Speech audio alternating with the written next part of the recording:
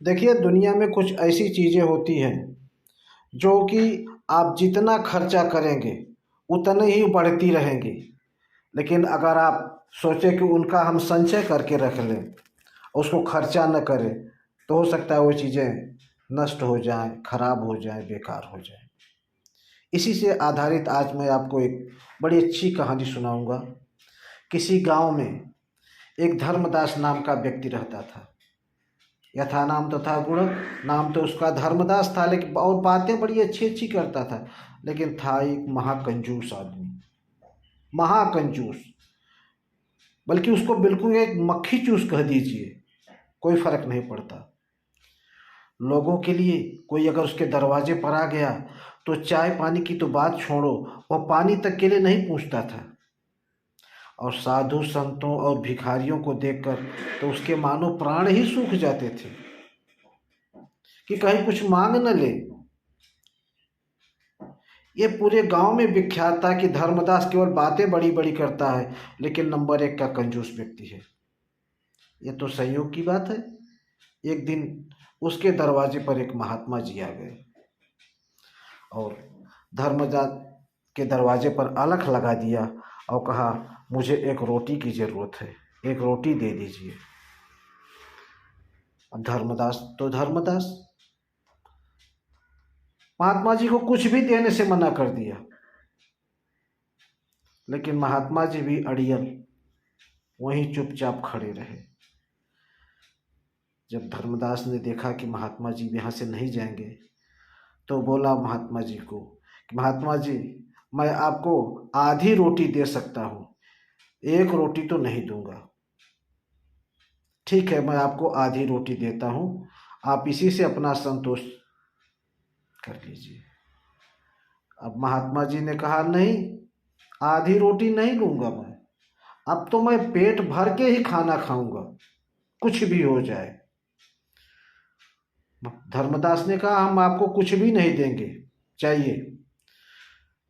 महात्मा जी ने कहा, जब तक आप मुझे भरपेट खाना नहीं खिलाएंगे, हम आपके दरवाजे से जाने वाला नहीं हूँ। चाहे मैं यहीं खड़े खड़े मर जाऊं भूखा प्यासा, लेकिन मैं यहाँ से जाऊंगा नहीं, नहीं हिलूंगा।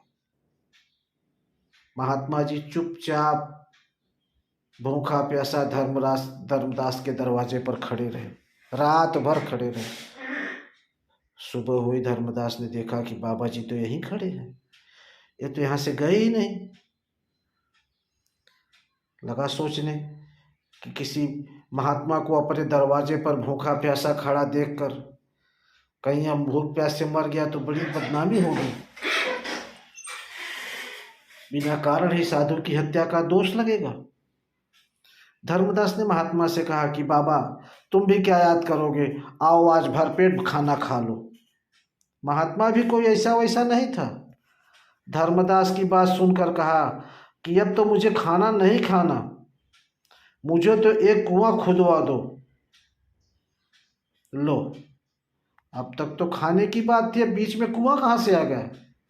धर्मदास ने साधु महाराज से कहा, महाराज ये कुआं कहाँ से ला दिए। धर्मदास ने कुआं खुदवाने से साफ मना कर दिया कि बोला, कुआं तो मैं खुदवाऊंगा ही नहीं। साधु महाराज अगले दिन भी चुपचाप खड़े रहे भूखे प्यासे धर्मदास के दरवाजे पर। दूसरे दिन फिर जब सुबह हुई तो धर्मदास ने देखा कि साधु बाबा आज 2 दिन से हमारे दरवाजे पर भूखे ही खड़े हैं। तो उसने सोचा कि अगर कुआं नहीं खुदवाया तो इस बार तो ये भूखा प्यासा मर जाएगा। धर्मदास काफ़ी सोच विचार किया और महात्मा जी से कहा, ठीक है साधु बाबा, मैं तुम्हारे लिए एक कुआं खुदवा देता हूँ, अब इसके आगे कुछ मत बोलना। नहीं, बाबा जी भड़क गए, नहीं, मुझे एक नहीं, अब 2 कुएं खुदवाने पड़ेंगे। महात्मा की फरमाइशें बढ़ती जा रही थी। धर्मदास कंजूस जरूर था, लेकिन बेवकूफ़ नहीं था। उसने सोचा कि अगर मैंने 2 कुएं खुदवाने से मना कर दिया तो यह 4 कुएं खुदवाने की बात करने लगेगा। इसलिए धर्मदास ने चुपचाप 2 कुएं खुदवाने में अपनी भलाई समझी। कुएं दोनों खुद कर तैयार हो गए, उनमें पानी भरने लगा। जब कुएं में पानी भर गया तब महात्मा ने धर्मदास से कहा, 2 कुआं में से एक कुआं मैं आपको देता हूँ और एक कुआं मैं अपने पास रख लेता हूँ, और मैं कुछ दिनों के लिए बाहर जा रहा हूँ, लेकिन ध्यान रहे मेरे कुएं से तुम एक भी बूंद पानी नहीं निकालोगे।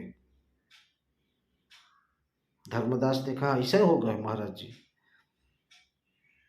और साथ ही अपने कुएं से तुम रोज गांव वालों को पानी तुमको पिलाना है, सबको पानी देना है।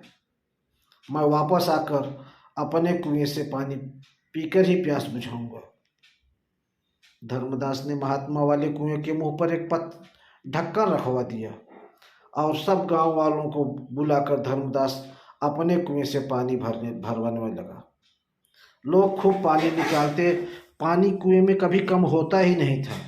शुद्ध शीतल जल पाकर गांव वाले निहाल हो गए और महात्मा जी का गुणगान करते नहीं थकते थे। 1 वर्ष के बाद महात्मा जी पुनः उस गांव में आए और धर्मदास से बोले कि उसका कुआं खोल दिया जाए।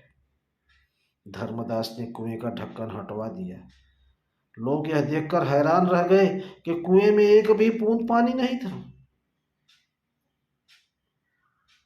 महात्मा ने कहा, कुएं से कितना भी पानी क्यों न निकाला जाए, वह कभी खत्म नहीं होता, अभी तो बढ़ता ही जाता है। और यदि कुएं का पानी न निकाला गया तो कुआं सूख जाता है। इसका प्रमाण तुम्हारे सामने है धर्मदास।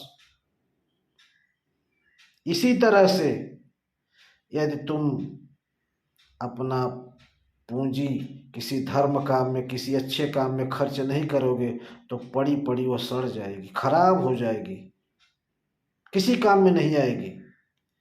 महात्मा ने आगे कहा कि कुएं की पानी की तरह ही धन दौलत की भी 3 गतियां होती हैं। उपयोग, आप उसका उपयोग नहीं करोगे तो नाश हो जाएगा, अथवा दुरुपयोग या तो किसी गलत काम में चला जाएगा। इसलिए धन दौलत का जितना इस्तेमाल करो, अच्छे कार्य में करो, वो उतना ही बढ़ता जाता है। साथियों, आज की यह कहानी हमारी आपको कैसी लगी, आप लोग कमेंट करके ज़रूर बताइए। अक्सर देखा जाता है कि धर्मदास जैसे व्यक्ति अक्सर हर जगह पाए जाते हैं। अगर आपके पास भी ऐसा कोई धर्मदास जैसा व्यक्ति है तो कमेंट करके ज़रूर बताइए। धन्यवाद साथियों।